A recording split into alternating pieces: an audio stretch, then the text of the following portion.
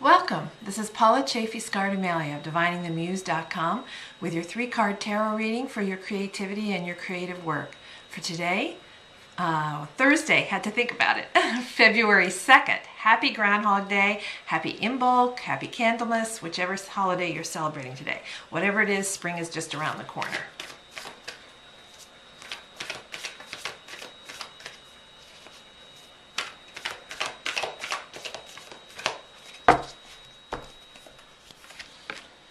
Okay, your focus card for today is the Knight of Swords. Swords is the element of air. It has to do with thoughts, attitudes, beliefs, and communication.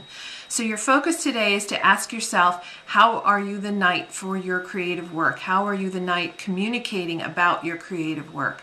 The knight is the one who gets out from the castle to defend and take care of the community and comes back. How are you getting out with your work and your message about your work? The action card for today is the Tower, one of the most challenging cards in the deck. This is the Major Arcana card. You can see the 4 legs here, the lightning striking with the legs, and obviously the tower will collapse. Your action today is to rock and roll with some of what you consider the foundations of who you are and what your creative work is about. If you have been comfortable in routines and structures and identity, now's the time to start shaking that up a little bit. Otherwise, the universe will do it for you. And finally, the gift for today is another swords. Began with swords and end with swords. It's a gift to begin to see how you bind yourself up with your own worries, beliefs, and attitudes. You can see here she's all bound, she's blindfolded, she has all these swords around her in this kind of spider web. But if her hands are not bound, if she reached her hands up, removed the blindfold, she could probably grab one of the swords and cut herself free.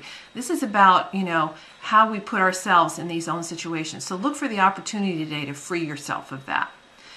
So as we look at the story for today, how do you get out and communicate about your work? How do you serve your community by communicating about your work? Then let's look at what we have to break loose of, shake up, and maybe even really pull apart and rebuild of our sense of identity and the structure of our work and who we are. And then finally, let's look again for the opportunity to free ourselves from some of those limiting attitudes and beliefs.